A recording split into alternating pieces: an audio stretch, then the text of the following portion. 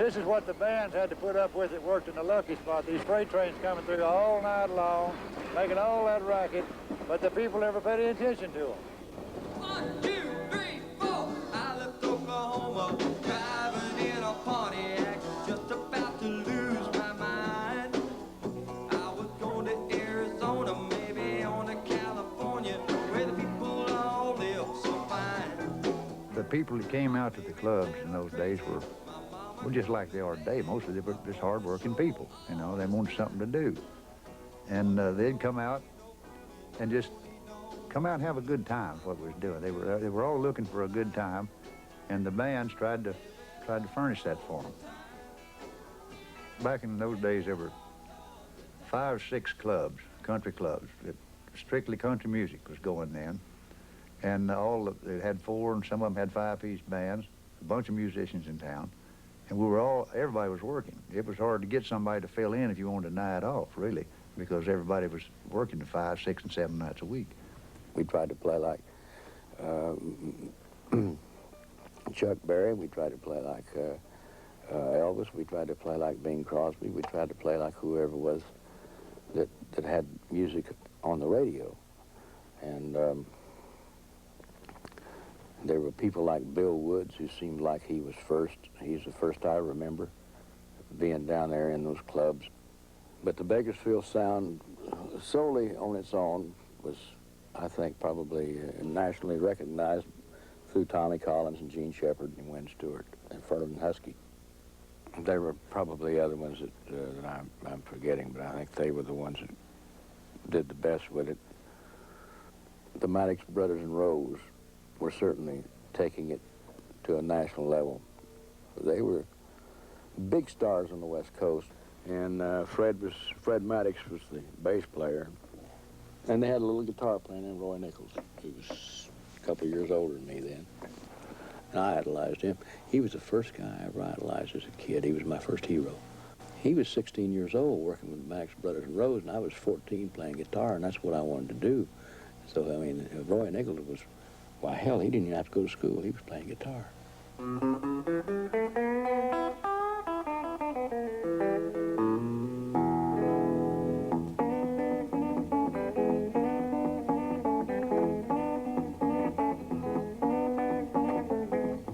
I've known Roy Nichols since, I guess he was 15 or 16 when he auditioned for us. In Modesto, we was looking for a lead guitar player, and out of all of them that auditioned for us, Roy was the best one, and still is. I knew a lot of the Bakersfield musicians. Roy Nichols was from down in that area, and Buck Owens was from that area, and Merle Haggard was from that area. Bonnie Owens was from that area, and she recorded with Merle and did great.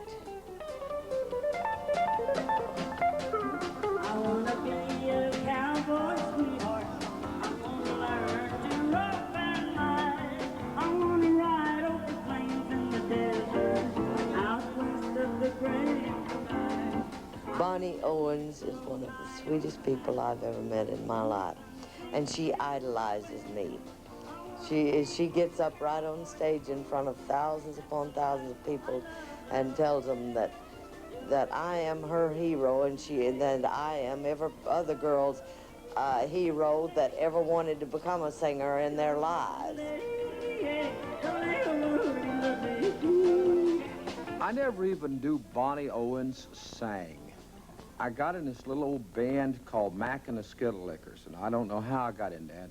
And it's the first real little band I was ever in. And Bonnie and I were a girlfriend and boyfriend at that time. And all of a sudden, one day at one of the rehearsals, Bonnie was there, and I said, "Well, hi, Bonnie. What you doing here?" And she said, "Well, I'm one of the singers." And I didn't even know she sang. Well, you always find a way to hurt my pride. Red Simpson, one of the most prolific songwriters, word writer, idea guy that I ever met. He and I must have written 35 or 40 songs together, of which I recorded most of those. And if you try and break my heart, you don't have very far to go. We used to call him Suitcase Simpson. He called himself Suitcase Simpson. He was, because he carried his songs around in an old suitcase. He always had a suitcase full of them. And the usual thing, the way we wrote, was he'd have an idea or he'd have something started, and then I'd either finish it up or he and I'd get together and finish it up. And a very generous, kind man, Red Simpson. As you're turning down the flame of love too low, and if you're trying to break my heart, you don't have very far to go.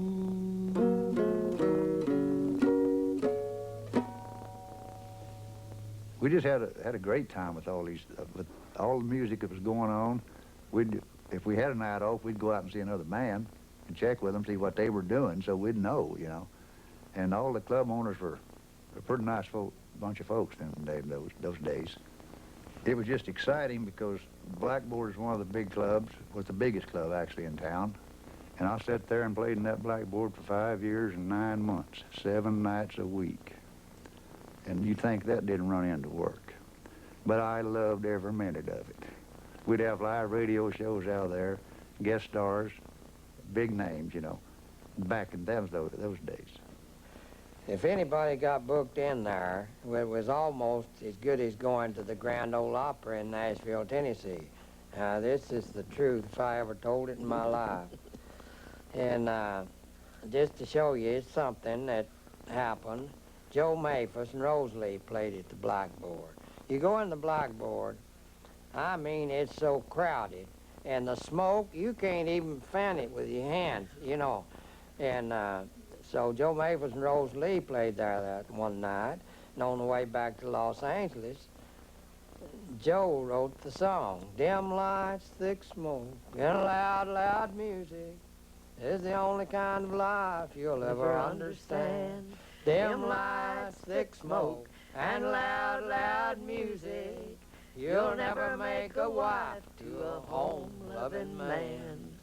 I remember after the boys and I split up, Cal and I was in there one night, and I started singing this Johnny Horton song called And He Fought All the Way, Johnny Reb, fought all the way, Johnny Reb. And there was a fight started back at the front. And while I was singing that, they fought all the way, Johnny Reb, that fight just went down the Blackboard, right straight in front of the stage and all the way through. There was fights. There was a few fights. But I never did remember people that would talk about the Blackboard who had never been there, who were just telling stories. It would seem to me like they was talking about a different place. Because maybe it's just, there might have been one fight a week, you know, but to hear local people talk about it, you would think that it was such a den of iniquity that it was not safe to enter into the doors. There was lots of nice people came there. Well, they've got a swinging band out at Sam's place. Picking 20 blocks away. They're playing country music down at Sam's place. Round the setting sun till the break of day. The one thing the Blackboard did for me, it was the first time I ever had a job in music where I could make a living and pursue my trade. It allowed me to perfect my trade, to learn my trade, what people liked, what they didn't like, and it also enabled me to pay my bills, and I'll forever be grateful for that. You know, Those places were the epitome of the redneck honky tonk. If the eyes catch a fire, there ain't no water around.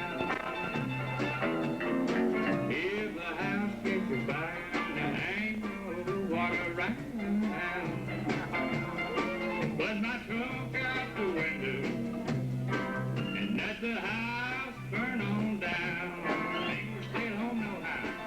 up and down the valley. Each town had their own blackboard and their own lucky spot.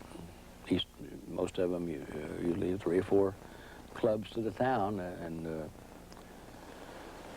and they were all much alike. And had you been Hank Williams in 1950 and you came to California, you would have been on tour, and you would have played the Saturday night dance halls, and you would have also played the blackboard in Bakersfield, and you would have played the Hitching Post in a place called the Sad Sack. Those 4 nightclubs were in business when I started.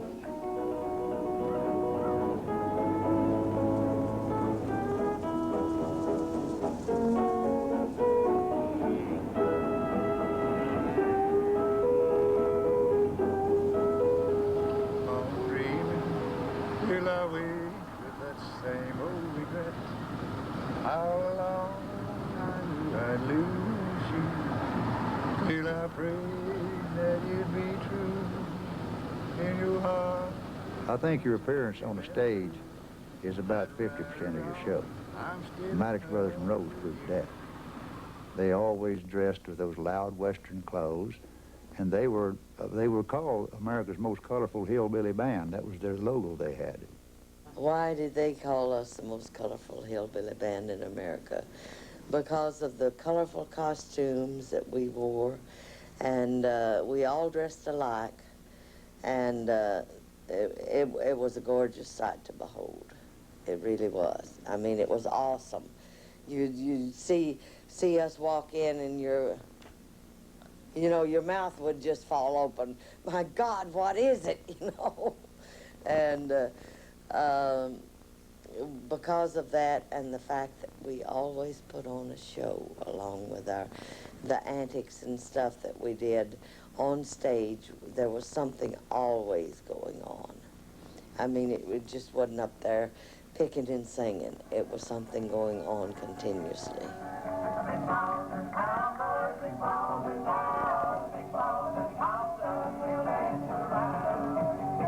Get on your big shoes, get on your gown, bring off your sandals, big balls in town. Big balls in town, boys, big balls in town. We had 2 days to see if we could get us a recording contract.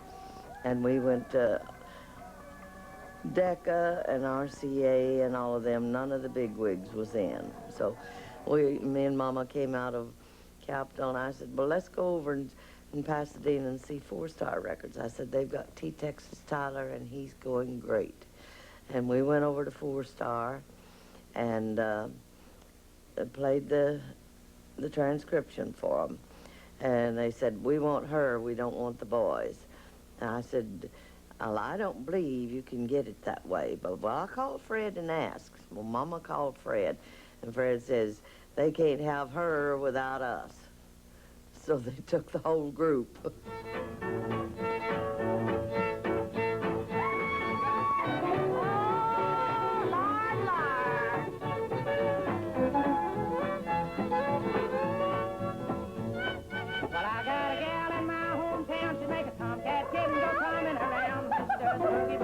Does the boogie woogie, boogie woogie, come in and make the boogie. Everybody doing that boogie woogie now. Wally!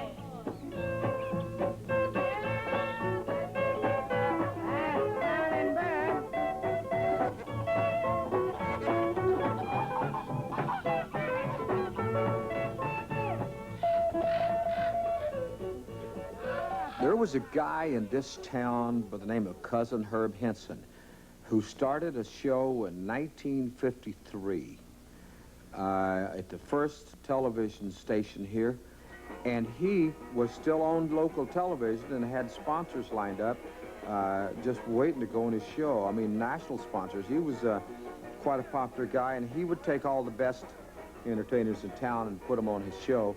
But there were other television. We had a television show, Billy Mize and I, and Cliff Crawford did a thing called Chuck Wagon Time on the next television station that came along. That was in 1955. But those were 2 television shows that I remember that in the early days of television in Bakersfield was very popular, especially Cousin Herb's.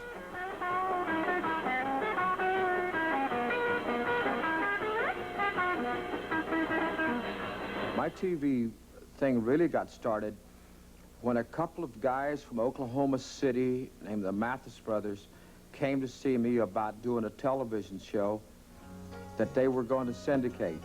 And we did that. It was called the Buck Owens Ranch Show. Now here's the star of the show, Buck Owens. Together again. My tears have stopped falling. The long, lonely nights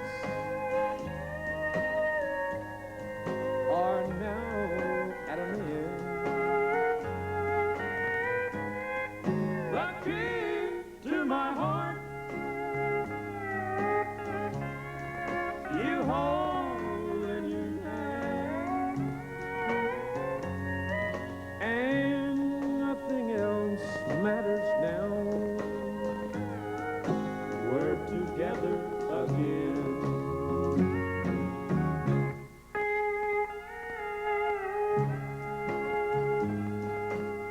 They always told me, you can't live somewhere else and cut a hit record, and that wasn't true. I found out that wasn't true, that I could cut a hit record and live here. And then I kind of thumbed it in their face. I wanted to know it every turn, because the problem was I always felt like in those days that if Nashville, I felt like they projected that if you weren't from Nashville, if you didn't live in Nashville, if you didn't play their silly little games, you know, you were nothing, you were nobody. And here I owned the charts and I owned the record sales, and I lived in Bakersfield.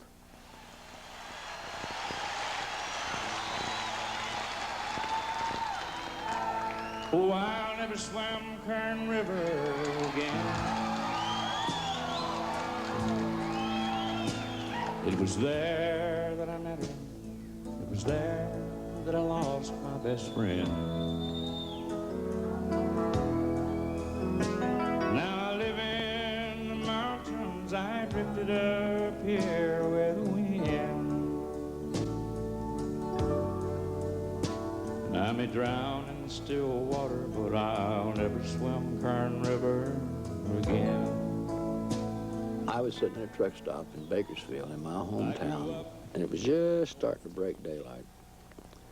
And there was a truck stop that I used to go into when I was a kid on the way to up the Kern to go fishing. You know, I'd get off work at the Lucky Spot playing music at 2 o'clock, and I'd go down to this truck stop and drank coffee till just about daylight, and I'd head up that river. It was about a half-hour driving if you drove like a maniac. And I'd go up there and fish till about 10 o'clock, and then I'd come home and go to bed, get up at 4 and go make the Herb show, and, you know, that was my routine. But so I was sitting there in this same old truck stop years after the fact, and I thought, God damn, I wonder if I'll ever get to fish old Kern River again. Now I live in the mountains. I drifted up here with the wind. And I may drown in still water, but I'll never swim Kern River again.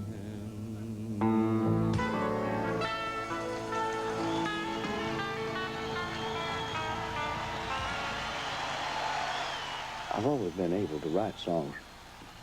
Not always, but after many years of trying, I got to where I could write songs pretty easy. And if a subject just blew me away, or you know, a lot of people get confused with lines and subjects. You know, there's lines and then there's subjects, and then there's lines that describe whole subjects. But if a theme comes to me, I can write it. A canvas covered cabin in a crowded labor camp, stand out in this memory I revive. 'Cause my daddy raised a family there with two hard-working hands and tried to feed my mama's hungry eyes. I wish there was some secret, I know people who ask me, how do you write a song like Mama's Hungry Eyes? And they really want to know, don't they? People really want you to tell them how to write a song like that. I don't know. I can tell you that I had a lot of years of experience as a writer, and I'd written songs that had been played before, and I'd had #1 country songs before that. And I did a lot of studying about it, a lot of years of research as to, how people wrote songs. But I do not know how you write that. It comes quickly, and if you have the experience to grab it and put it down on paper, and the understanding, the memory to remember what your melody was at the time, and it's a real crucial, nervous, excited. It's almost like giving birth to a child. Mama never had the luxury she wanted, but it wasn't 'cause my daddy, he didn't try. She only wanted things she really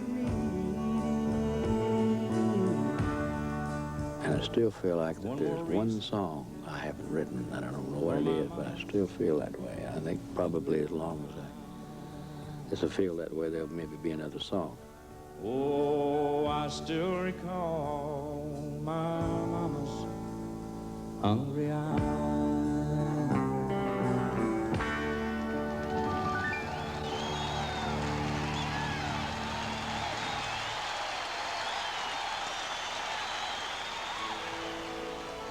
Hear that lonesome whippoorwill. He sounds too blue to fly. The midnight train is winding low. I'm so lonesome I could cry. I got an education that few people ever get the opportunity of getting, and that's of traveling and doing things.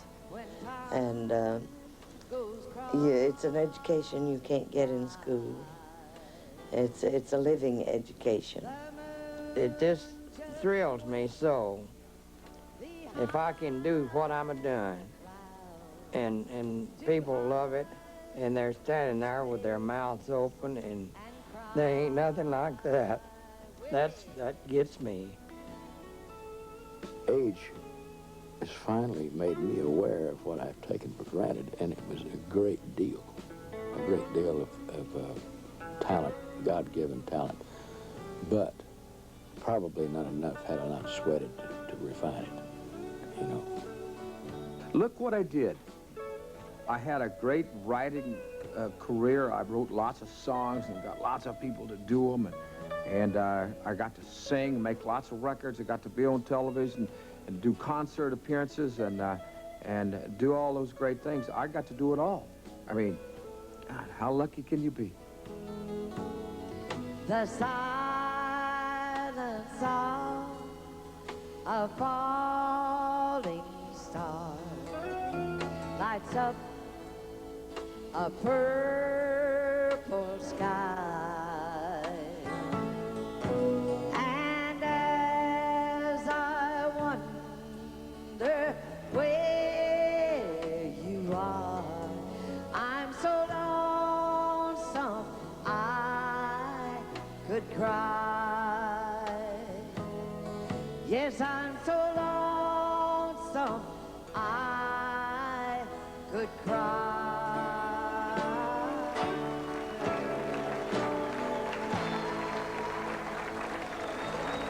you.